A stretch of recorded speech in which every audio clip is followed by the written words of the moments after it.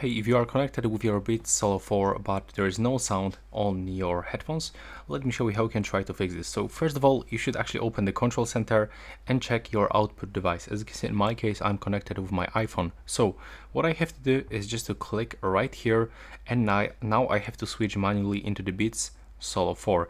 And now when you close this control center and get back, you can actually find right now the headphones icon, which means that now you will definitely get the sound on your headphones.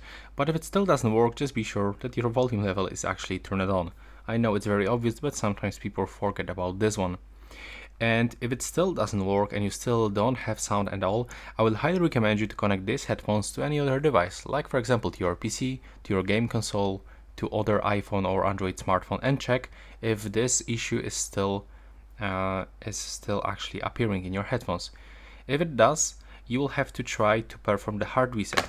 So all you have to do is just to grab the headphones, and you have to keep holding this button all the time until this LED light starts blinking blue and red. I mean white and red. And it will take around 10 seconds of holding this button. And now you can tell me if it works. Please subscribe to my channel.